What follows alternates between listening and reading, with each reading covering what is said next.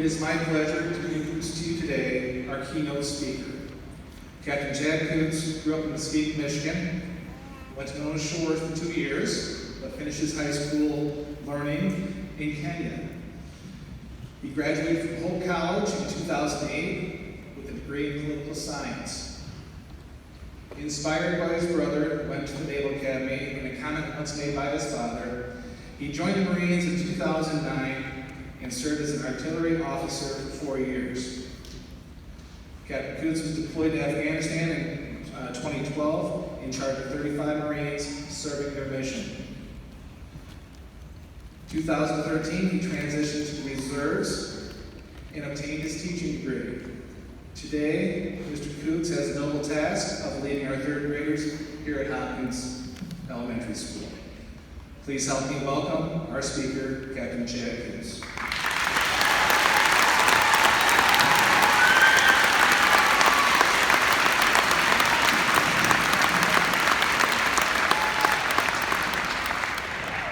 Good morning, Hopkins. There we go. I got some action from over there. First of all, I would like to thank you all for the privilege of speaking here today. It truly is an honor, and something that I did not take lightly. When I was hired by Hopkins in 2016, I immediately fell in love with the students, the staff, and especially this community. For me, however, the most significant impression was left by my first Veterans Day Assembly that took place right here 2 years ago. The fact that the largest assembly held in Hopkins Public Schools is to honor the veterans of this country says a lot about the values of this community and what they hold dear.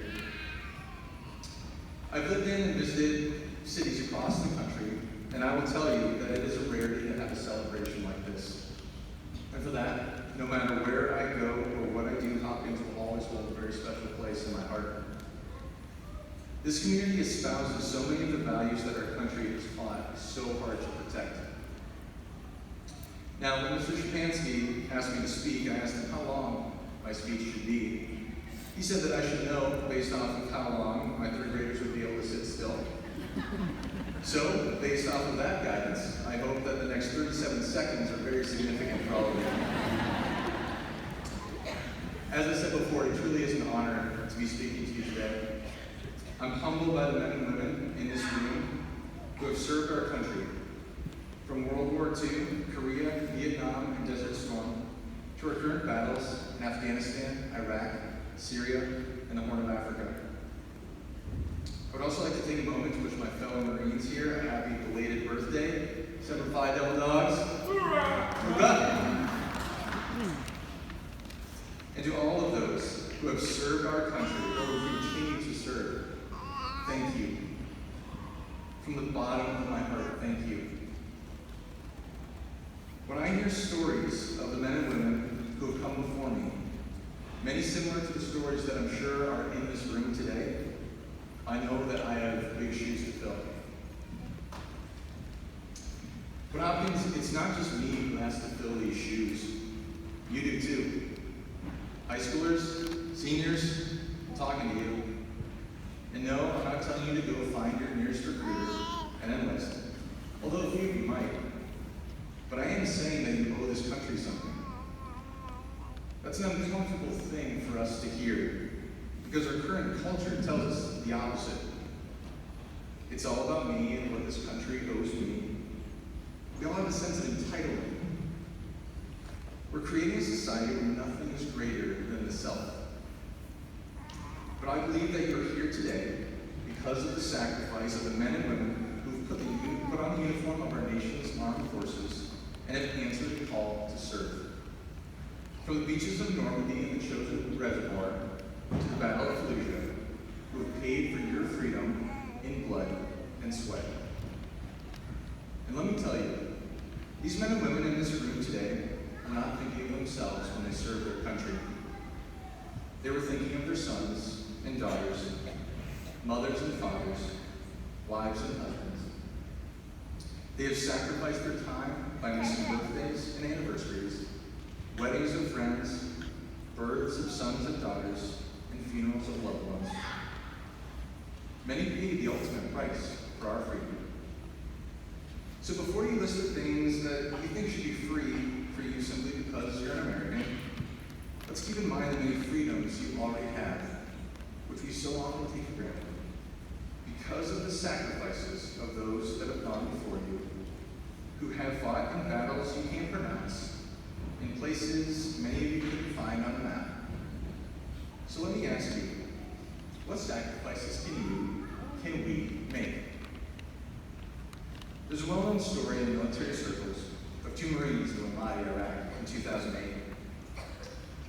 They were from different units, but were charged with guarding an entry post at a makeshift base that housed 50 Marines and 100 Iraqi police. These two young men, one age 20, the other 22 years old, came from completely different walks of life. But here they were. Not long after they took their post, a blue truck came speeding towards them. Weaving in between the serpentine barriers set up to slow approaching vehicles. These two young men knew exactly what was happening as the truck sped directly towards them. Without hesitation, they presented their weapons, feet shoulder width apart, and returned fire. 6 seconds. From the time they saw the truck and started firing, until the time the truck detonated its payload of nearly 2,000 pounds of explosives, damaging or destroying 24 buildings, a mosque 100 yards away, and catapulting the engine block 200 yards onto a house. 6 seconds. They stood their ground.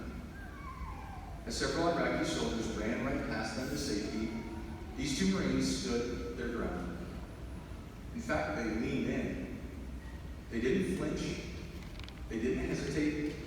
They did their duty. And because of that, 150 Americans and Iraqis lived. They stood. They stood for each other. They stood for their brothers. They stood for you and for me. And while this story is a powerful testament to our brave men and women, it is not unique. Throughout our history, the story has played itself out in thousands of battles. Men and women far from home, men and women standing their ground and doing their duty. So let me ask you, Hopkins, what will you stand for? What do you have in your life that's worth dying for? My brother, who is also a captain in the Marines, attended the United States Naval Academy after high school. And during his first summer, he was required to memorize a quote by John Stuart Mills that says, "War is an ugly thing, but not the ugliest of things. The decayed and degraded state of moral and patriotic feeling, which thinks that nothing is worth the war, is much worse. A man who has nothing which he is willing to fight for, nothing which he cares more about than he does about his personal safety, is a miserable creature who has no chance of being free unless made and kept so by the exertions of better men than himself." The first time I heard that quote, I wondered if I truly did have things in my life I cared more about than my own personal safety. Would I be able to give my life in service to my country? Did I have what it takes? Honestly, sometimes I wonder if I still do. And for that reason, I'm eternally grateful for those men and women who, without hesitation, answered yes, I do have what it takes. Many of those people sit in this very room. Hopkins, right now, at this very moment, we are surrounded by heroes. People that have, as they say, raised their right hand and written a blank check to the United States of America for an amount of up to and including their lives. So what are the things that we are willing to sacrifice for? For me, it's my faith. It's my family, beautiful wife and son, my baby. For me, those two are worth it. I was looking at the stands, and I see my third graders. At this point, they probably tune me out since they hear me blab on and on every single day. But those kids, those future leaders, are worth it. They're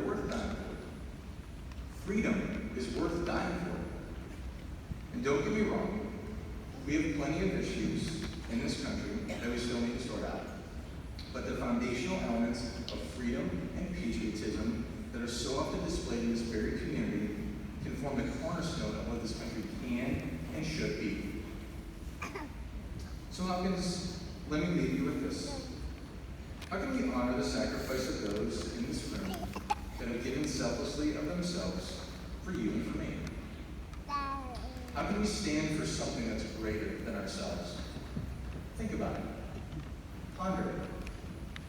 The more you think of other people and what you can do to make a difference, and are grateful for the sacrifice others have made on your behalf, the harder it is to look at yourself with a sense of entitlement. To my brothers and sisters in arms, thank you.